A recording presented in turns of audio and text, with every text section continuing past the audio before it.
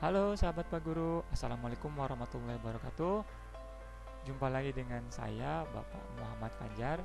Nah, pada kesempatan kali ini kita akan belajar materi baru yaitu tentang internet dan intranet. Materi ini ada di kelas 9, yaitu untuk informatika kelas 9. Oke, langsung saja. Pengertian dari internet dan intranet. Bapak pikir kalian sudah terbiasa dengan menggunakan internet. Tapi apa itu internet? Nah, internet merupakan kependekan dari interconnected networking. Apa sih itu, Pak? Yaitu sistem komunikasi global yang menghubungkan komputer-komputer dengan jaringan-jaringan komputer di seluruh dunia untuk sarana komunikasi dan menyebarkan informasi. Oke, seperti itu. Lalu, apa itu intranet?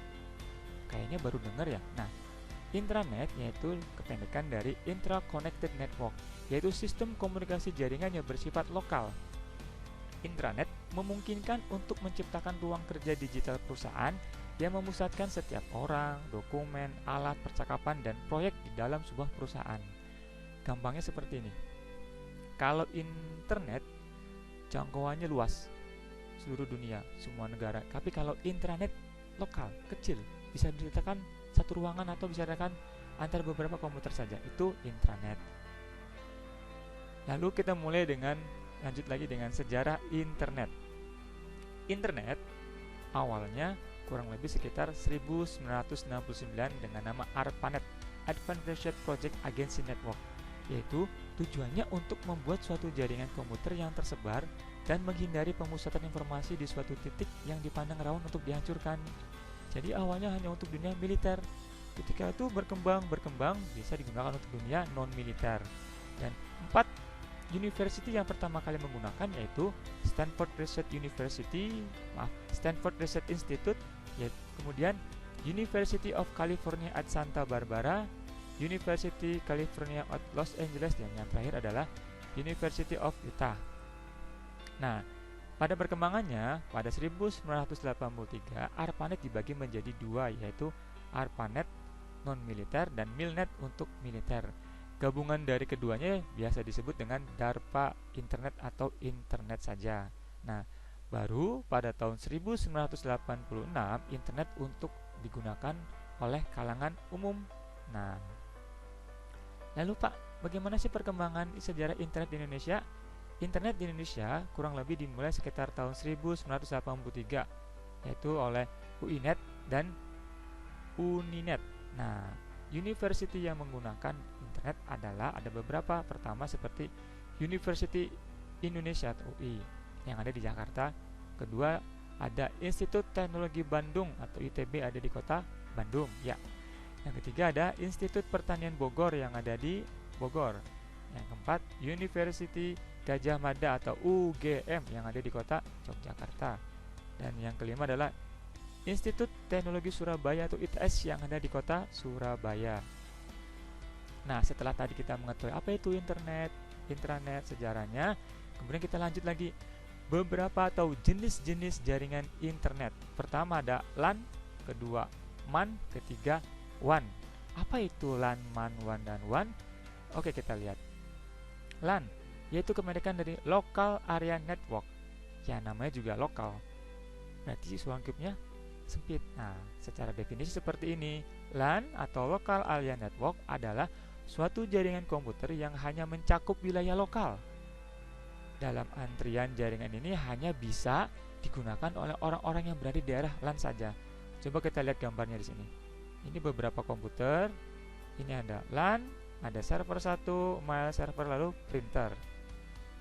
Lalu kita cek dari keuntungan menggunakan jaringan LAN. Pertama, lebih irit mengeluarkan biaya operasional. Kedua, lebih irit dalam menggunakan kabel. Ketiga, koneksi transfer data antar node dan komputer bekerja dengan cepat. Keempat, tidak memerlukan operator telekomunikasi untuk dapat membuat jaringan LAN. Kenapa? Karena intinya jaringan LAN ini adalah ruang lingkupnya kecil. Nah, seperti itu.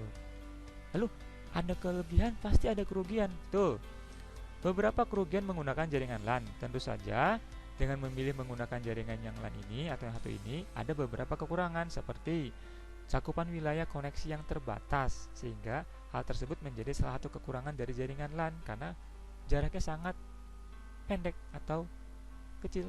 Nah, seperti itu. Kita lanjut lagi dengan MAN, Metropolitan Area Network. Apa sih MAN? MAN adalah jenis jaringan komputer yang dapat mencakup area yang lebih luas dan menggunakan teknologi yang lebih canggih dari LAN. Nah, bisa dilihat di sini gambarnya. Nah, seperti ini.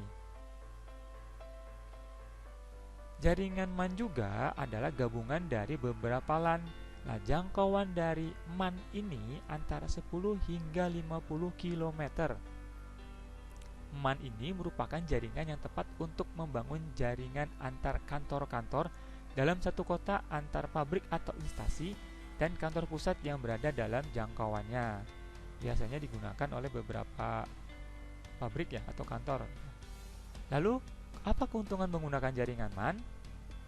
Jaringan ini sendiri dapat mencakup wilayah atau area yang lebih luas, sehingga untuk berkomunikasi dengan internet menjadi lebih efisien. Keamanan berkomunikasi menggunakan jaringan ini juga menjadi lebih terjaga. Lalu ada kerugiannya. Apakah itu kerugian menggunakan jaringan MAN? Nah, pertama, lebih banyak menggunakan biaya operasional. Kedua, dapat menjadi target operasi oleh para cracker untuk mengambil keuntungan pribadi. Ketiga, untuk memperbaiki jaringan MAN ini diperlukan waktu yang cukup lama. Lanjut ke WAN. Apa itu WAN? WAN adalah Wide Area Network, salah satu jenis jaringan komputer yang mencakup wilayah super luas dan menggunakan teknologi yang super canggih apabila dibandingkan dengan LAN maupun MAN. Kita lihat ilustrasinya. Misalnya, kantor pusat Jakarta berkomunikasi dengan kantor pusat Bandung, Surabaya, Palembang. Nah, itu bisa menggunakan WAN, Wide Area Network. Keuntungan menggunakan jaringan WAN, pertama, cakupan wilayah jaringannya lebih luas dari jenis jaringan komputer LAN dan MAN. Kemudian, tukar-menukar informasi menjadi lebih rahasia dan terarah karena untuk menggunakan jaringan WAN ini, komunikasi dari suatu negara dengan negara yang lainnya memerlukan keamanan yang lebih. Nah, ketiga, lebih mudah dalam mengembangkan serta mempermudah dalam hal bisnis. Kerugian menggunakan jaringan WAN. Pertama, biaya operasional yang dibutuhkan menjadi lebih banyak. Kedua, sangat rentan terhadap bahaya pencurian data-data penting. Ketiga, perawatan untuk jaringan WAN lebih berat, tentu saja karena cakupan wilayahnya lebih luas. Nah, lalu setelah kita belajar beberapa jenis tadi, lalu kita cek apa sih manfaat dan dampak internet? Banyak sekali manfaat dan dampak internet. Yang Bapak jabarkan di sini hanya beberapa saja. Pertama, manfaat internet di bidang pendidikan. Pertama, contohnya untuk perpustakaan maya atau library online. Kemudian untuk e-learning, pembelajaran jarak jauh dengan menggunakan beberapa aplikasi internet seperti Google Classroom yang sedang booming sekarang, lalu ada Zoom, ada Edmodo, dan lain sebagainya. Di bidang ekonomi dan bisnis atau e-commerce adalah kegiatan perdagangan, jual beli, promosi, dan sebagainya melalui jaringan internet. Contohnya apa saja, Pak? Tentu kalian sudah terbiasa menggunakannya ini, yaitu seperti Tokopedia, Bukalapak, dan sejenisnya. Nah, di bidang pemerintahan atau biasa dibilang dengan e-government, tentu untuk memudahkan pemerintah memberikan informasi dan layanan kepada masyarakat secara maksimal. Beberapa contoh pemanfaatan di bidang pemerintah seperti adanya website pemerintah, website institusi, dan lain sebagainya. Nah, di samping ada manfaat atau dampak positif, tentu ada dampak negatif internet. Pertama, cybercrime. Apa sih cybercrime itu? Intinya adalah suatu kejahatan yang dilakukan seseorang dengan sarana internet. Ada dua, hacking dan cracking. Hacking adalah usaha memasuki suatu jaringan dengan maksud mengeksplorasi ataupun mencari kelemahan sistem jaringan. Yang kedua, cracking, yaitu usaha memasuki secara ilegal sebuah jaringan dengan maksud mencuri, mengubah, atau menghancurkan file yang disimpan dalam jaringan tersebut. Beda ya antara hacking dan cracking. Kemudian ada pornografi. Ya, ini suatu hal yang sangat-sangat perlu ditekankan apabila kita menggunakan internet. Kenapa? Karena masih belum ada aplikasi yang saat ini sampai sekarang Bapak tahu dapat mencegah adanya penggunaan pornografi. Memang ada beberapa situs yang sudah diblok oleh Kemeninfo, tapi tetap saja itu bisa dibuka kembali. Bagaimana cara menghindarinya, Pak? Tentu dengan meningkatkan kualitas keimanan kita. Kita tahu itu jangan dilihat, jangan, tidak boleh, tidak. Oke, paham ya? Lalu ada voice and growth, itu kekejaman dan kesadisan yang biasa ditampilkan di internet. Apabila itu dilihat terus-menerus, tentu akan berpengaruh terhadap perilaku kita. Itu hati-hati, jangan dilihat yang model seperti itu. Lalu ada penipuan yang menggunakan jaringan internet seperti SMS penipuan lah, atau internet yang ada website-website yang menipu, itu banyak sekali. Kemudian ada carding, penipuan yang menggunakan kartu, yaitu ada selanjutnya ada perjudian online. Wah, ini hati-hati nih, jangan sampai ikutan nih, ini tidak boleh. Lalu yang terakhir adalah contohnya ada pembajakan karya intelektual. Jadi ketika kita mengambil data di internet atau memposting itu hati-hati, karena disitu bisa jadi adalah hak intelektual suatu orang. Oke anak-anak sekalian, itu tadi adalah materi yang sudah Bapak sampaikan. Semoga bisa dipahamin. Mohon maaf apabila nanti ada kesalahan. Bapak akhiri. Assalamualaikum warahmatullahi wabarakatuh.